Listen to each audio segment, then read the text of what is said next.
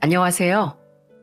이곳의 사연들을 듣고 선한 영향력에 대해 많이 고찰해봤던 40대 남자입니다.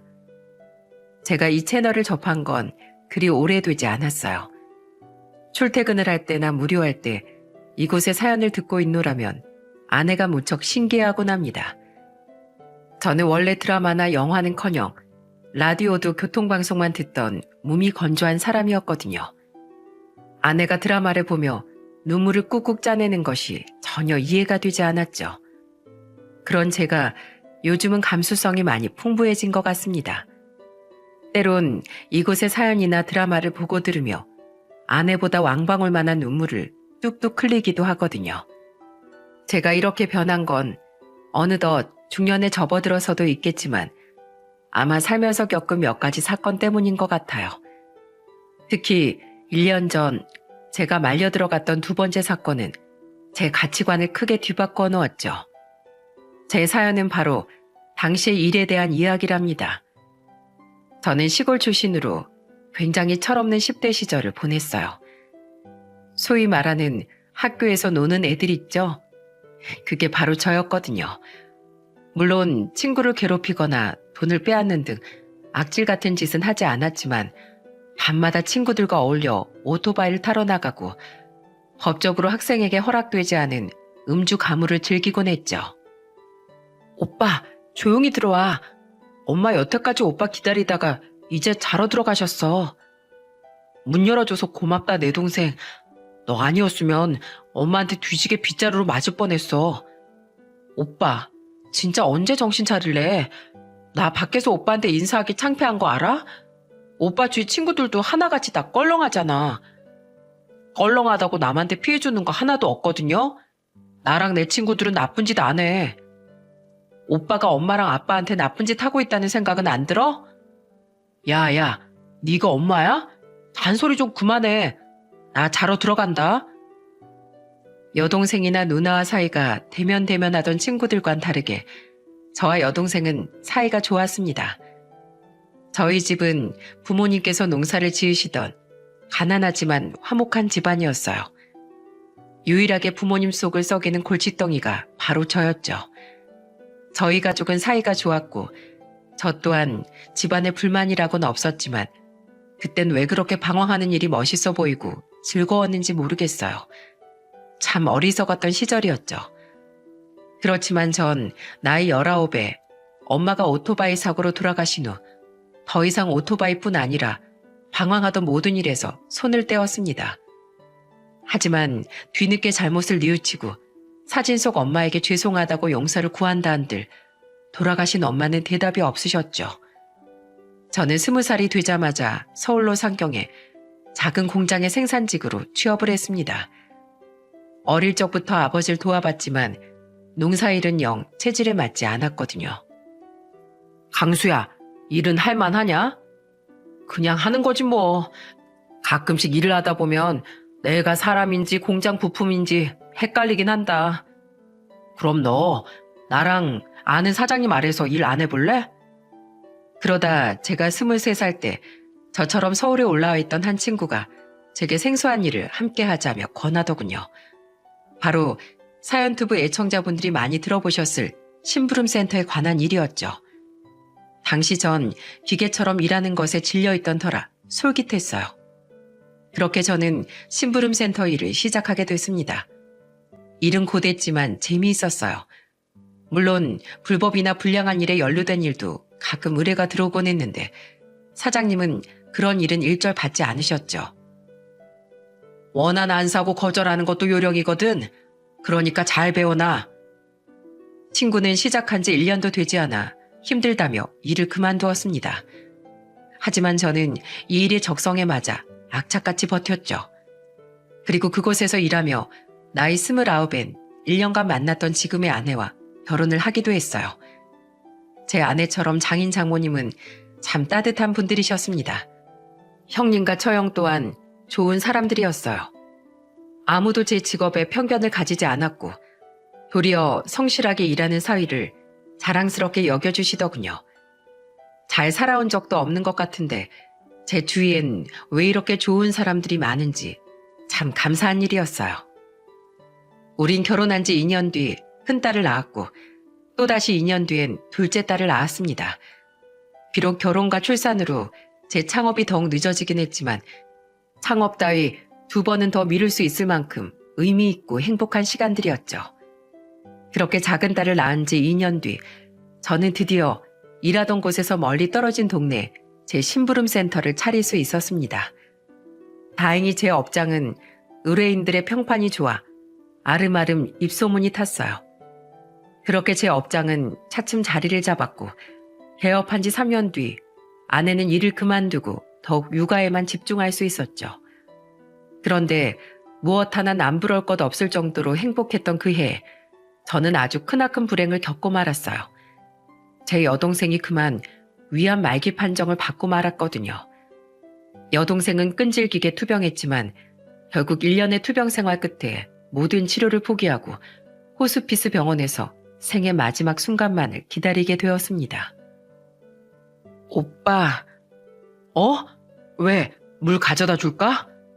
아니, 그냥 문득 옛날 생각이 나서.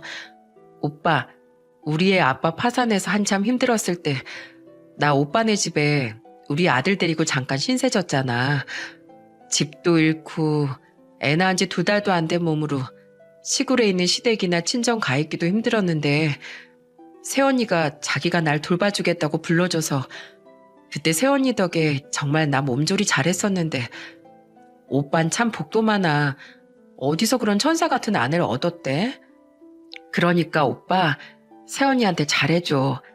난 항상 그때만 생각하면 새언니한테 너무 고마웠거든. 그리고 나 가면 속상해하실 아빠도 잘 좀 챙겨드려. 부탁할게. 우리 애 아빠랑 아들 걱정은 하지 마. 시부모님도 우리 시누이들이랑 아주버님 형님도 굉장히 좋은 분들이니까. 그리고 무엇보다 오빠가 너무 슬퍼하지 않았으면 좋겠어. 넌 무슨 말을 그렇게 유언처럼 하냐? 너 앞으로 1년은 거뜬하게 살 거야. 그런 소리 하지 마. 결국 전 참지 못하고 울음을 터뜨리고 말았습니다. 여동생은 힘이 빠진 듯 두 눈을 스르르 감더군요.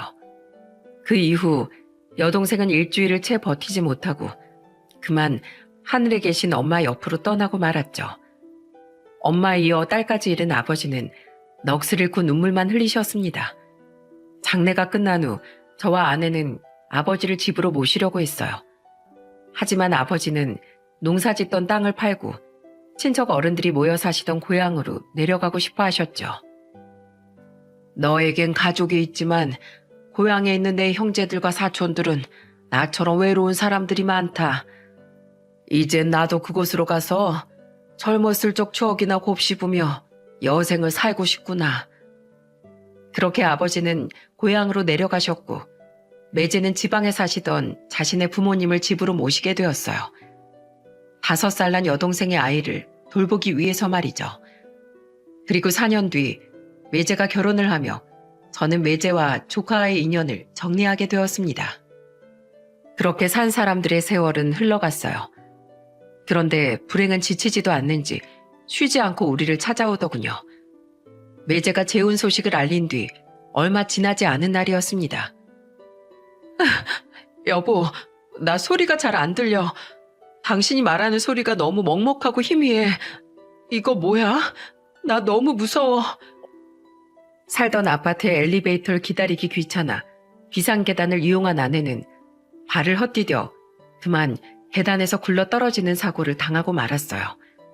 그런데 문제는 머리를 심하게 부딪혔던 아내에게 청각 장애가 생기고 만 겁니다. 아내는 오른쪽 청각은 완전히 상실했고 왼쪽 청각은 희미한 소리만 들을 수 있을 정도로 심각한 장애를 입게 되었죠. 나 이제 어떻게 살아, 여보? 나 너무 무서워. 저와 딸들은 그런 아내를 어떻게든 돕고 싶어 아내와 함께 수화를 배우기 시작했습니다. 그리고 여가 시간에 드라마를 보는 것이 유일한 낙이었던 아내는 전과 다르게 자막에 의지할 수밖에 없어 굉장히 우울해했어요. 왼쪽으로 조금씩 들을 순 있다지만 전처럼 선명한 소리는 들을 수 없었으니까요. 저 아주 몹쓸 놈이구만. 여보, 지금 저놈이 뭐라는 줄 알아? 바람나서 자기 마누라 버린 주제에 아주 뻔뻔하게가 이럴 데가 없어. 저런 놈은 아주 그냥 매가약인데. 저는 그런 아내에게 어떻게든 활기를 불어 넣어주고 싶었습니다. 그래서 전 생전 보지도 않던 일일 드라마를 아내 옆에부터 함께 보기 시작했어요. 최대한 집중해서 드라마를 보며 수화로 아내에게 드라마 내용을 설명해 주었죠. 물론 요즘은 시대가 좋아 OTT 프로그램을 이용하면 얼마든지 자막을 볼 수 있었지만 제가 뭐라도 아내와 함께하고 있다는 사실을 아내가 알고 즐거워해 줬으면 했거든요. 괜히 더 과장된 표정을 지으며 열심히 수화를 하는 제 모습이 아내는 꽤나 즐거웠던 모양입니다. 아내가 조금씩 웃자 딸들도 나름대로 자기들끼리 노력을 시작하더군요. 딸들은 그날 학교에서 있었던 일을 매일같이 아내 곁에 붙어 수화와 함께 이야기하기 시작했어요. 언니, 그렇게 설명하면 안 되지. 더 실감나게. 그치, 아빠? 지금도 좋긴 한데 조금만 더 노력이 필요할 것 같다. 안 되겠다. 너희 둘 다 이 아빠가 특별 강의를 해줄게. 실감나는 연기란 말이야. 어떻게든 집안의 분위기를 밝게 만들고 싶어 저는 최선을 다해 아내와 딸들에게 너스레를 떨었어요. 무뚝뚝하던 저의 그런 모습을 보고 아내뿐만 아니라 딸들까지 굉장히 좋아하더군요. 저 또한 의도치 않게 딸들과도 가까워진 것 같아 계기는 마음 아프지만 최대한 긍정적으로 생각하기로 했습니다. 우리 가족과 아내 스스로는 차츰 장애에 익숙해졌고 아내는 다시 기운을 찾기 시작했어요. 밝아진 아내의 모습을 보고 특히 장인 장모님께서는 눈물을 흘리며 제게 고마워하셨죠. 그렇게 아내가 사고가 난 지 2년쯤 흐른 어느 날 제 심부름센터에 한 젊은 여자가 찾아왔습니다. 등에는 굉장히 작은 아기가 엎여 있었고 여자의 표정은 굉장히 지쳐 보였어요. 네, 그 사람이 바로 오늘 이 사연의 주인공입니다. 그 여자와의 만남으로 인해 앞으로의 제 일상에 큰 변화가 생길 거라곤 처음에 미처 상상도 하지 못했죠. 그런데 그 여자는 제게 대뜸 자신은 돈이 별로 없다고 말하더군요. 저희 애 아빠를 찾고 싶은데요. 죄송하지만 사장님, 제가 지금 돈이 별로 없어서요. 그러더니 그 여자는 주머니에서 고이 접혀있는 2만 원을 펴서 제게 건네더라고요. 저는 그 돈을 보자마자 난색을 표했습니다. 죄송하지만 저는 일을 못 맡을 것 같네요. 제가 저렴하게 해드릴 순 있어도 2만 원에 힘들어요. 전 자선사업가가 아니라서요. 일 한 번 하는데 드는 시간과 비용이 얼만데 일을 2만 원에 해준답니까? 제가 이 일을 하며 보람을 느낀다지만 책임질 식구가 셋이나 있는데 무료에 가까운 봉사를 해줄 여유까지는 없었죠. 그러자 그 여자는 제 손을 덥석 잡으며 애원을 하기 시작하더군요. 제가 나머지 돈은 나중에라도 꼭 갚을게요, 사장님. 애가 이제 막 태어난 지 2달이 넘었는데 애가 나오기 전에 애 아빠가 실종됐어요. 혹시 두 분 자주 싸우시거나 한 거 아니에요? 나일 보니 젊어 보이시는데 젊은 남자분이 실종될 일이 뭐가 있겠어요? 혹시 돌아오실지도 모르니까 우선 집에서 조금 더 기다려보시는 게 어떨까요? 안 돼요. 저 지금 생활비가 없어서 월세 보증금까지 빼고 미혼모 위탁시설에 들어가 있단 말이에요. 애 아빠는 전화도 안 돼서 제가 여기 있는지도 몰라요. 제발 부탁드려요, 사장님. 자신을 업고 있는 엄마가 들썩거리자 잠들어 있던 아기는 결국 잠에서 깨어 울기 시작했어요. 흐느끼며 애원하던 그 여자는 제게 양해를 구하더니 가방에서 젖병을 꺼내 아이에게 먹이기 시작하더군요. 죄송해요. 아직 애가 너무 어려서 밥대를 자주 챙겨줘야 해서요. 젖이라도 물리면 분유값이라도 덜 들 텐데 제가 마음이 불안해서 계속 잘 먹지도 쉬지도 못하니까 젖이 잘 안 돌아요. 사장님, 제발 사람 목숨 하나, 아니 2 목숨 살린다고 생각하시고 저 좀 한 번만 도와주시면 안 될까요? 여자의 애원보다 눈물을 흘리며 아기에게 젖병을 물리는 여자의 모습에 마음이 흔들렸습니다. 먼저 세상을 떠난 제 여동생 생각이 나서 말이죠. 매제의 사업이 망한 뒤 저희 집에서 조카와 머물던 시절 매제 생각에 펑펑 울면서도 조카에게 젖병을 물리던 여동생의 모습과 여자가 겹쳐 보였거든요. 아직 어린 아기를 데리고 하염없이 남편을 기다리는 여자의 불안함을 과거 여동생을 통해 지켜본 저는 잘 알고 있었어요. 배를 불린 아기는 다시 새근새근 잠이 들었습니다. 소파에 앉아있던 여자는 자신의 옆에 아기를 조심스럽게 내려놓았죠. 마음이 약해져 버린 저는 우선 사정이나 들어보자 싶어 여자에게 사연에 대해 물었어요. 그리고 사정을 전부 듣고 나니 더더욱 마음이 불편하더라고요. 저는 이제 고작 25이고 애 아빠는 저보다 3살 많아요. 저랑 애 아빠는 부모도 일가 친척도 없고요. 둘 다 어릴 때부터 같은 보육원에서 자랐거든요. 우리는 어렸을 때부터 자연스럽게 서로밖에 없었고 제가 어른이 된 후 사회에서 서로 의지를 하다 미래를 약속했어요. 그리고 제가 23살 때부터 아예 같이 살기 시작했죠. 살기 힘든 와중에 유일하게 위로가 돼줄 수 있는 사람이 서로였거든요. 그럼 그때 결혼을 하신 건가요? 아니요. 같이 돈을 모으려고 일찍부터 같이 살긴 했지만 결혼은 준비가 된 후에 하고 싶었어요. 남편은 가난한 편모 아래서 자라다 어머니가 돌아가신 후 보육원에 왔고 전 아예 엄마가 누군지도 몰랐어요. 갓난쟁일 때 베이비박스에 버려져 있었거든요. 아마 미혼모나 사정이 어려운 사람들이 절 책임지지 못해 버린 거겠죠. 그렇게 우리가 낳을 아기를 위해서라도 열심히 미래를 준비한 후에 정식으로 결혼을 하고 애를 낳고 싶었는데 문제는 남편이 일하던 작은 회사에서 잘린 후로 재취업이 되지 않았다는 거예요. 무려 2년 동안이나 말이죠. 분명 일머리가 나쁜 사람은 아닌데 대체 왜 취업이 안 되는지 이해할 수가 없었어요. 그 와중에 제가 덜컥 임신까지 하게 돼서 우린 아주 조촐하게 결혼식을 올리고 혼인신고를 하게 된 거예요. 제가 임신한 뒤로 남편은 어떻게든 빨리 취업을 하려고 노력했어요. 면접이 없는 날엔 공사장에서 막노동을 해 돈을 벌어왔죠. 그런데 자꾸만 취업이 되지 않자 남편은 점점 자신감을 잃고 집에만 틀어박히더니 나중엔 매일같이 술을 먹더라고요. 그러면서 자신을 자꾸만 비하하기 시작했어요. 대학도 겨우 전문대를 졸업한 자길 어떤 회사에서 써주겠냐느니 집도 절도 없는 놈이 저를 만나 고생만 시키고 있다느니 자기 같은 밥벌어진 살 이유가 없다느니 하는 말을 자주 했어요.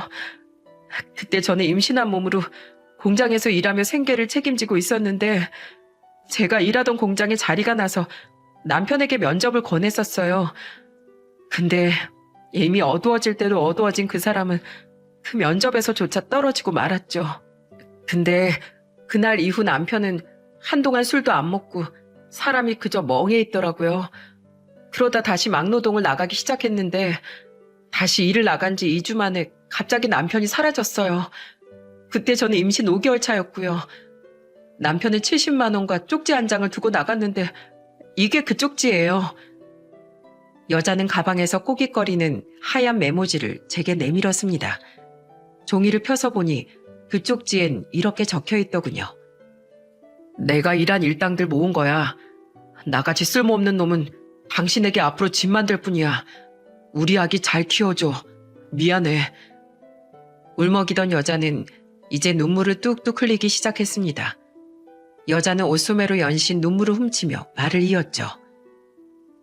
이걸 들고 실종신고를 하려고 해도 경찰은 단순 가출인 것 같다며 사건 접수가 힘들다고 했어요.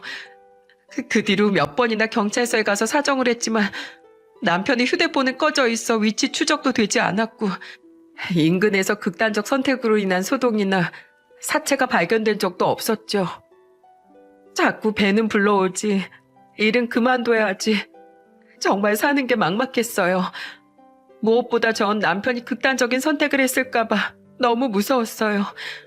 한강에서 시체라도 발견됐다는 소식을 들으면 정신 나간 사람처럼 달려가곤 했는데 다행스럽게도 발견된 사람들이 제 남편인 적은 없더라고요. 결국 임신 7개월 때 공장을 그만둔 저는 2달 뒤에 결국 방을 빼고 미혼모 시설에 들어가게 된 거예요. 한동안 일을 하지 못할 텐데 미리 목돈을 만들어 둬야 했으니까요. 사장님, 부디 제 남편 소식이라도 알고 싶어요.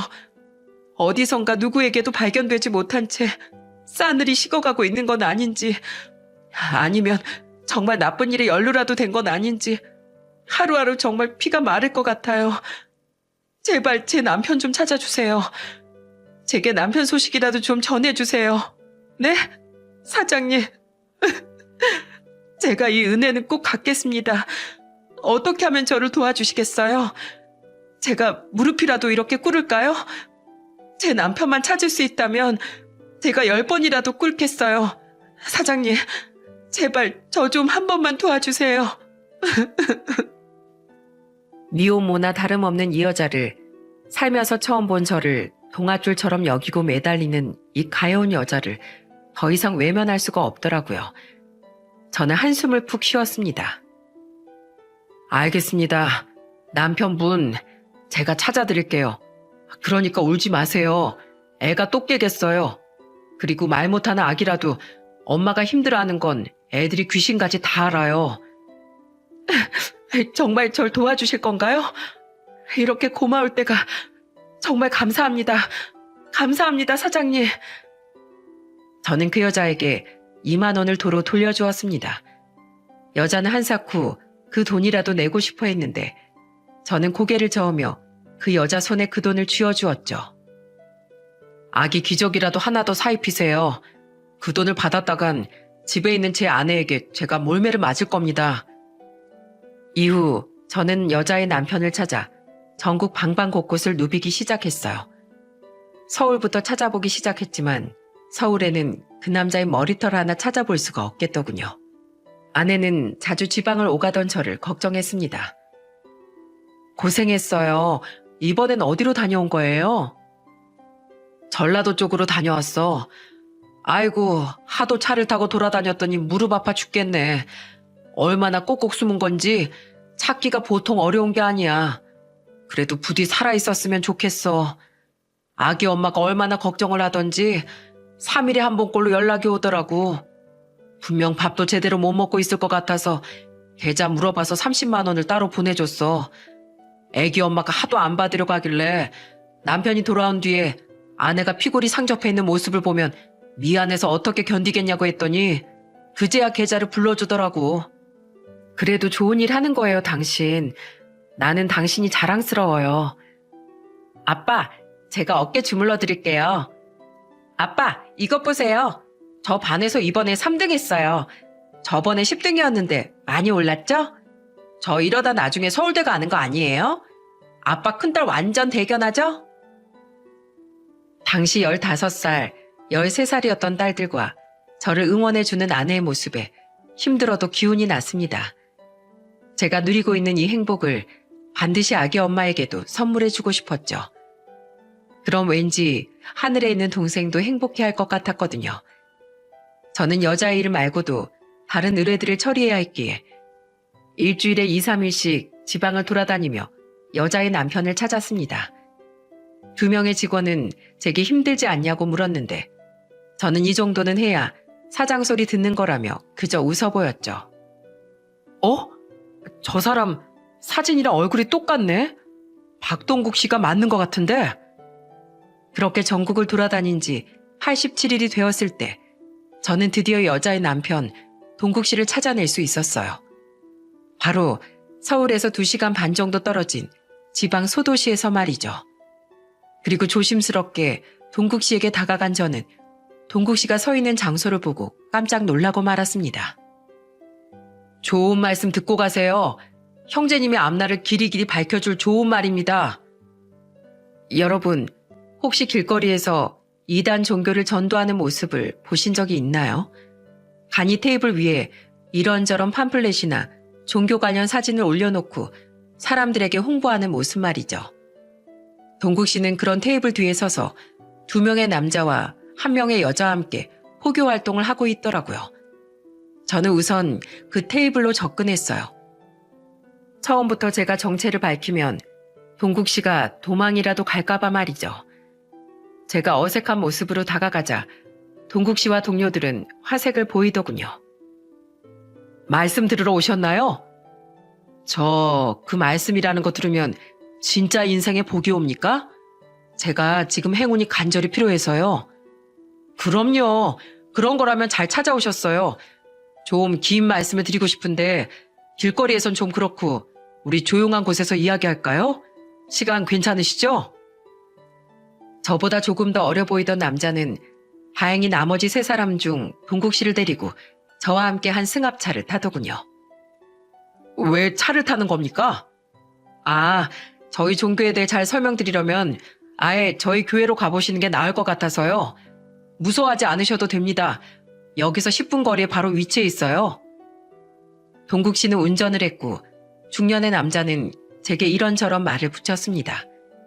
그 남자의 말을 들어보니 동국 씨가 있는 곳이 이단 종교가 맞다는 확신이 들었어요.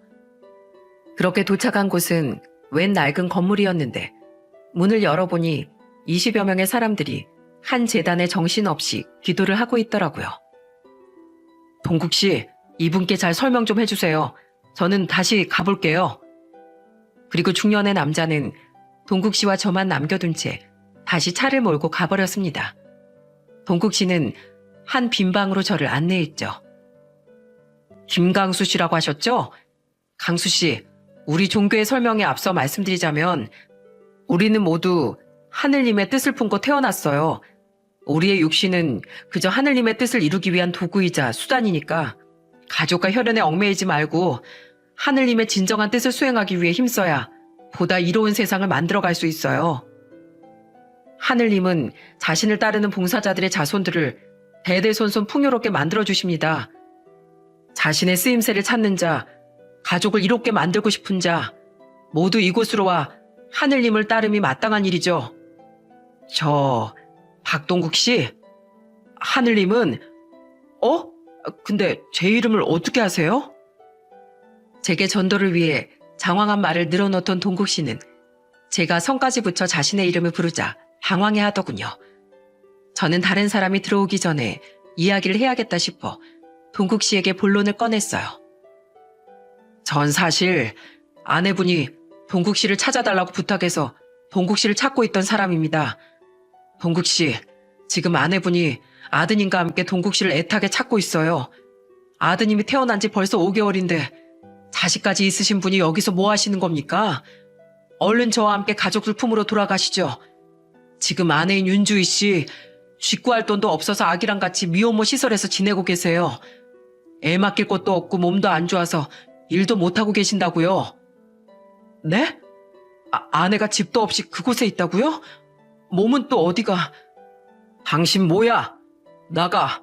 당장 안 나가? 동국 씨가 놀란 눈으로 제게 아기 엄마에 대해 물으려던 그때였습니다. 갑자기 방문 밖에서 웬 남자 둘이 저를 마구 끌고 나가기 시작하더군요. 소름 돋지 않습니까? 아무도 듣고 있지 않다고 생각했는데 그 사람들은 카메라라도 단 건지 어디선가 우리 이야기를 다 듣고 있었더라고요. 저는 끌려나가면서 동국 씨에게 마구 소리쳤어요. 박동국 씨, 아내분이 불쌍하지도 않으세요? 아기가 불쌍하지도 않냐고요? 상황이 어떻든 간에 그렇게 무책임하게 가족을 버려두면 되겠습니까? 제 말에 동국 씨는 고개를 푹 숙이고 있더군요. 그날 차에서 밤을 지새운 전 다음날 똑같은 장소로 다시 동국 씨를 찾아갔어요. 다행히 동국 씨는 여전히 그곳에서 포교 활동 중이더군요. 저는 이번에 망설이지 않고 곧장 동국 씨에게 다가가 손까지 잡고 설득을 하기 시작했죠.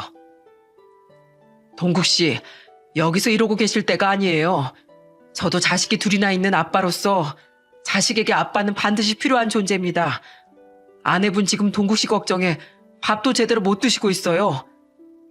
뭐야, 당신 저리 안 꺼져? 가, 동국 씨, 뭐예요? 이 사람 얼른 같이 쫓아내지 않고.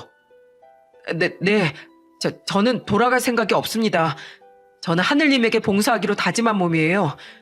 그러니까 더는 찾아오지 마세요. 동국 씨는 저를 쫓아내려다 잠시 멈칫하더군요. 왜냐하면 제가 동국 씨의 손에 몰래 제 번호가 적힌 쪽지를 쥐어주었거든요. 하지만 그것도 잠시뿐 더 이상 찾아오지 말라는 말과 함께 동국 씨는 저를 내쫓았죠. 다른 일 때문에 그곳에 매일 머물러 있을 수가 없어 저는 이후 서울과 그곳을 오가며 계속해서 동국 씨를 찾아갔습니다. 사장님, 그냥 제가 가서 직접 설득해 볼까요? 그 사람 분명 저를 보면 다시 돌아와 줄 거예요. 아닙니다. 그곳 사람들 때문에 괜히 주희 씨가 위험해질 수도 있어요. 안전하게 만날 수 있을 때 제가 부를 테니까 우선 기다려주세요. 그리고 아기 영상 하나만 제게 보내주시고요. 저는 직접 동국 씨를 만나러 오겠다던 아기 엄마를 말렸어요. 그동안 그 종교의 본거지인 건물을 찾아가거나 동국 씨의 포교활동 자리에 찾아갈 때면 항상 그곳 사람들이 험악한 표정을 지으며 저를 내쫓곤 했으니 아기 엄마에게도 그럴까봐 걱정이 됐거든요. 저는 그곳 사람들을 피해 종교 건물 근처에서 동국 씨를 기다렸습니다. 제가 자주 찾아가자 동국 씨는 아예 포교 활동도 나오지 않았기 때문에 말이죠. 또 찾아오셨어요? 그만하세요, 사장님. 그리고 여기 자꾸 오시면 사장님이 위험해요. 여기 사람들 지금 사장님을 벼르고 있단 말입니다. 대체 왜 안 돌아가시겠다는 겁니까? 그동안 제게 조금은 마음을 연 건지 동국 씨는 제 질문에 잠시 망설이더군요. 그리곤 제게 힘없이 자신이 그곳에 가게 된 가정을 털어놓았죠. 아내에게 제가 사라질 때 이야기는 대충 들으셨다고 했죠. 사실 저 살기가 너무 막막했어요. 그리고 아내가 일하던 공장에서마저 면접에 떨어진 날 저는 길거리에서 엉엉 울고 말았습니다. 세상이 더는 저를 필요로 하지 않는 것 같았어요. 제 친부란 인간도 어린 저와 아픈 모친을 버렸고 보육원에 간 뒤론 아무도 저를 입양하지 않았죠. 게다가 임신한 아내가 벌어온 돈으로 술이나 퍼먹고 있는 제 자신이 너무 끔찍했어요. 그때 제게 손을 내밀어 준 게 바로 이 종교예요. 여기선 제게 그러더군요. 이런 저도 하늘님께선 쓸모로 하신다고요. 게다가 세상에 있을 땐 아내와 아내 뱃속의 자식에게 짐만 되던 저였지만 하늘님 아래에서 봉사를 한다면 자손들에게 풍요와 복이 내려질 거라고 했어요. 전 아내와 자식을 위해 이곳에 왔습니다. 이제 여기서 기도할 때만큼은 저는 마음의 평화를 느껴요. 지금은 힘들어도 제 아내와 아들에겐 분명 복이 찾아갈 겁니다. 저는 하늘님의 은총을 굳게 믿고 있어요. 하늘님에게 봉사하면 자손들이 복을 받는다고요? 글쎄요. 동국 씨, 지금 당장 동국 씨 아내와 자식이 길바닥에 나앉게 생겼는데 살아야 복을 받을 거 아닙니까? 지금 가족들이 불행하면 나중에 찾아올 복이 다 무슨 소용이에요? 박동국 씨도 잘 알고 있지 않습니까? 어린 시절의 기억과 경험은 평생 갑니다. 그리고 부모의 부재로 인한 마음의 구멍은 그 무엇으로도 채워지지 않아요. 박동국 씨, 지금 박동국 씨가 하느님에게 받고 있는 마음의 위안, 진심으로 하느님이란 존재를 믿기 때문입니까? 아니면 가족을 버리고 스스로만 편하고자 도망친 자신을 합리화시키려고 하고 있는 정신승리입니까? 지금 윤주희 씨는 하루하루 피가 말라가고 있어요. 제발 부탁드립니다. 이제 그만 돌아오세요. 그리고 이렇게 예쁜 아기가 자라는 모습을 직접 옆에서 지켜보셔야죠. 저는 동국 씨에게 아기 엄마에게 받은 아기 영상을 보여주었습니다. 동국 씨는 생전 처음 보는 자신의 아들의 모습에 한시도 눈을 떼지 못했죠. 그런데 동국 씨의 뒤로 헐레벌떡 뛰어오고 있는 종교 사람들이 보이더군요. 포교 활동 때 동국 씨와 같이 있던 사람들의 얼굴이라 단번에 알아볼 수 있었어요. 때문에 저는 황급히 주머니에서 쪽지를 꺼내 동국 씨에게 건네고는 그 자리를 벗어났습니다. 그렇게 5일 뒤 저는 아기 엄마와 아기를 데리고 그 지역의 한 카페로 향했습니다. 정말로 그 사람이 나올까요? 저는 나올 거라고 생각합니다. 그 쪽지에 닷새 뒤 주희 씨 아기를 데리고 이곳에서 기다리겠다고 적어놨어요. 혹시 종교 사람들이랑 동국 씨가 같이 있을까봐 미리 준비해둔 쪽지인데 마침 그날이 적격이었거든요. 분명 아기 영상을 보고 동국 씨의 눈이 굉장히 많이 흔들렸으니까요. 하지만 약속 시간인 7시가 훌쩍 지나도록 동국 씨는 모습을 드러내지 않더군요. 야속한 시간은 계속해서 흘러갔고 어느덧 시간은 10시가 넘어갔어요. 저희 마감 시간 11시예요. 카페 직원은 우리에게 마감 시간을 안내해 주었습니다. 결국 초조함을 이기지 못한 아기 엄마는 울음을 터뜨렸죠. 그 사람 안 오려나 봐요, 사장님. 이단 종교가 이렇게 무서운 건지 미처 몰랐어요. 어떻게 사람을 이렇게 홀릴 수 있단 말이에요. 이제 어떡해요? 그때였어요. 여보. 제 등 뒤의 문 쪽에서 동국 씨의 목소리가 들려오는 게 아니겠어요? 제 맞은편에 앉아있던 아기 엄마는 눈이 커다래졌습니다.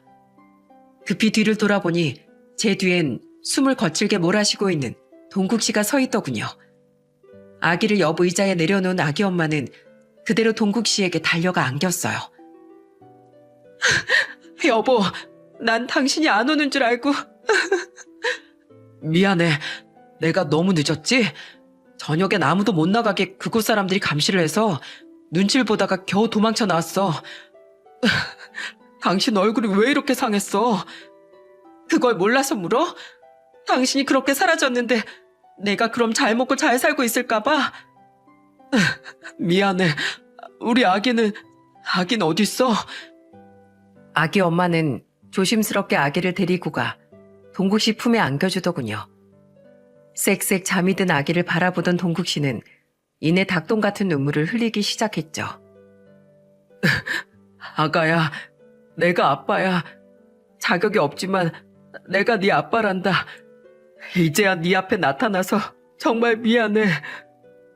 그리고 두 사람은 어색한 표정으로 자신들을 보고 있던 제게 고개를 숙여 감사 인사를 전했습니다. 정말 감사합니다, 사장님. 사장님 덕분에 저희 남편을 찾을 수 있었어요.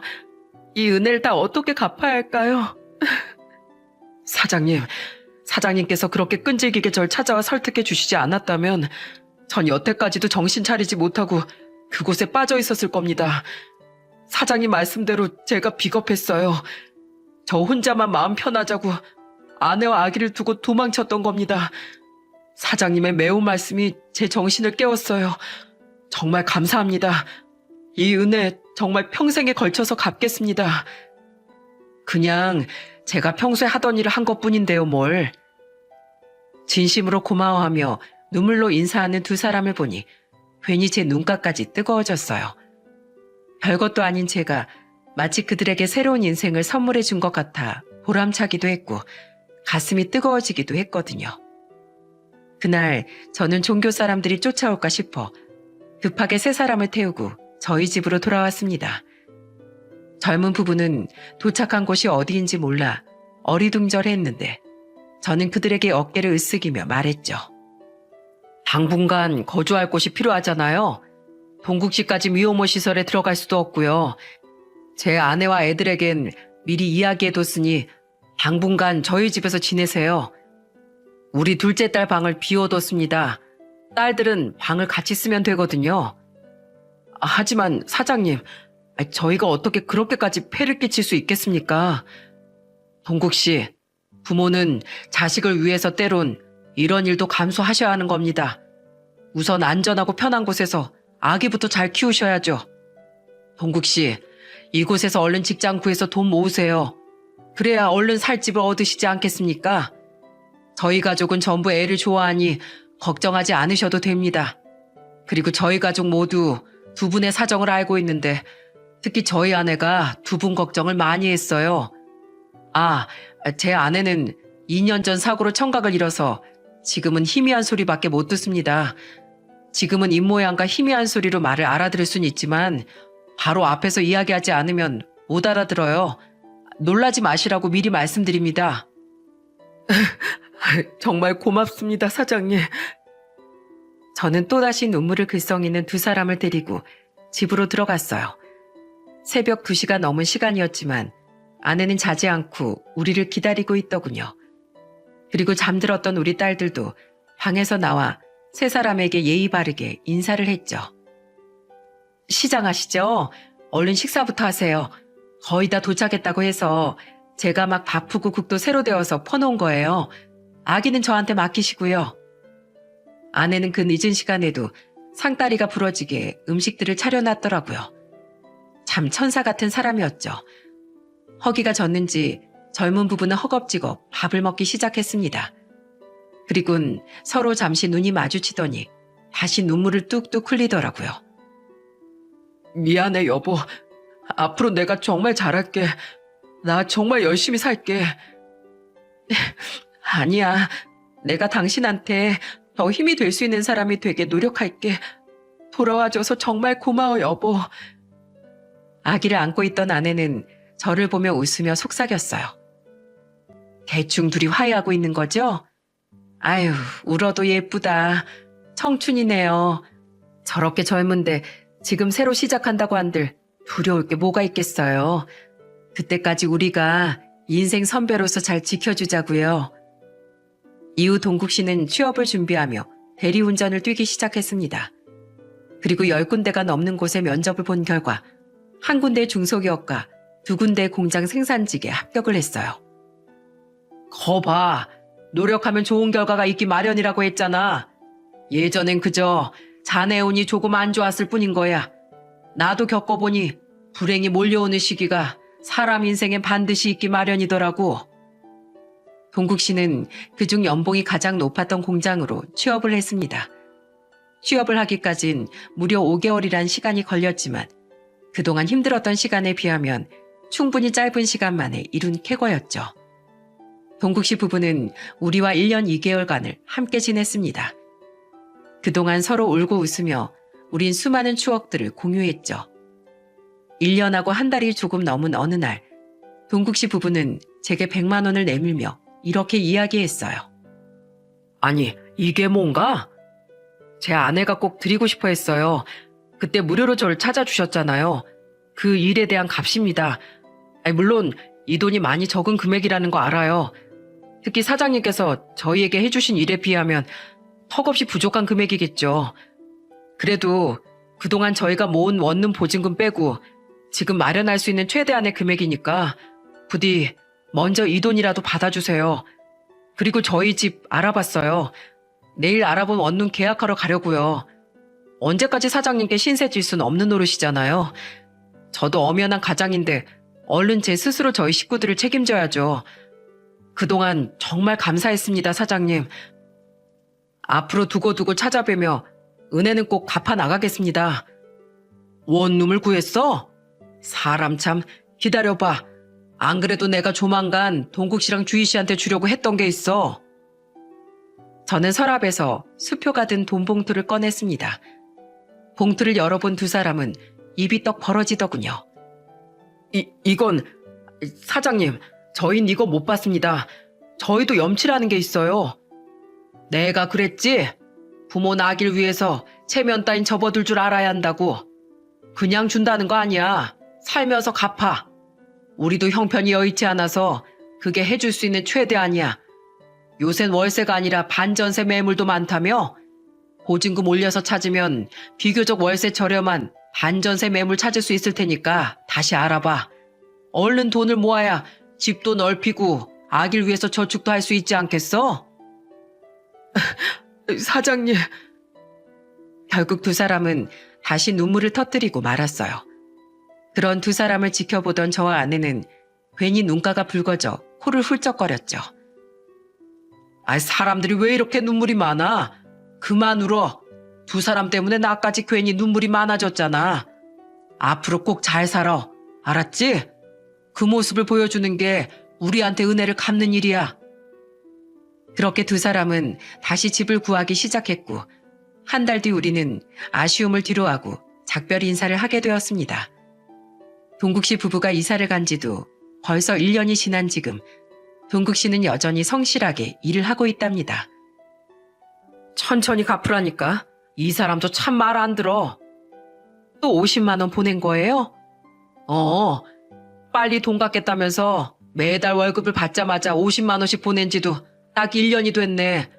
거기다가 2달에 한 번씩 우리 집에 저녁 먹으러 올 때마다 애들한테 용돈도 주잖아. 주지 말래도 언제 받은 건지 애들이 막 자랑을 하더라고.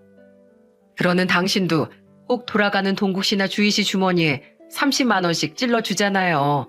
그 사람들도 고마워서 그런 거겠죠 뭐. 그래도 요즘 두 사람 보면 마음이 참 좋아요. 항상 웃고 있는 모습이 너무 예쁘잖아요. 아기도 많이 커서 걸어다니는 걸 보면 언제 자기 엄마 등에 그렇게 껌딱지처럼 붙어 있었나 싶다니까요. 이렇듯 우리 두 집안은 여전히 사이좋게 교류를 하며 살고 있습니다. 17, 15이 된 저희 딸들은 두 사람을 삼촌, 숙모라고 부르면서 잘 따르더라고요. 그리고 부모님이 안 계신 두 부부는 명절 전이나 후의 주말엔 무조건 저희 집에 와서 시간을 보내고 가요. 저희 집이 자신들에겐 마치 고향같이 느껴진다며 말입니다. 그렇게 저와 아내는 졸지에 굉장히 나이 많은 자식들을 얻게 되었죠. 여러분, 저는 두 사람에게 베풀어준 작은 정으로 인해 제 직업에 대해 큰 자부심을 갖게 됐어요. 얼마 전 이곳 사연튜브에도 저와 같은 직업을 가진 분의 사연이 올라왔더군요. 그 사연을 듣고 제가 얼마나 뿌듯해했는지 모릅니다. 이 직업을 가진 사람들도 마음만 먹으면 선한 영향력을 보일 수 있다는 사실을 그분도 저와 함께 증명해 나가고 있는 셈이니까요. 여러분, 솔직히 가정이 있으니 자주는 못하겠지만 저는 앞으로도 이들 부부처럼 어려운 상황에 처한 사람을 만나게 된다면 기꺼이 도움의 손길을 내밀 생각이에요. 아무것도 아닌 저 한 사람의 도움으로 인해 사람들의 인생이 긍정적으로 바뀔 수 있다는 사실을 몸소 체험했기 때문에 말이죠. 제 스스로의 선행으로 인해 다른 사람의 인생이 좋게 바뀔 수 있다는 거, 그것으로 인해 느낄 수 있는 보람은 그 무엇과도 바꿀 수 없는 행복이더라고요. 이렇듯 저는 꼭 검사, 변호사 등 멋진 직업을 갖고 있지 않은 평범한 사람이라도 세상을 이롭게 만들 수 있다는 이야기를 하고 싶어 이 사연을 보내게 되었습니다. 저 한 사람, 그리고 여러분의 작은 도움의 손길이 분명 누군가에겐 큰 힘이 된다는 걸, 그리고 그로 인한 보람이 얼마나 행복한 건지를 부디 많은 사람들이 느낄 수 있었으면 좋겠네요. 제 긴 사연을 들어주셔서 정말 감사드립니다. 모두들 이웃의 따뜻한 정을 느낄 수 있는 연말을 보내시길 바랍니다.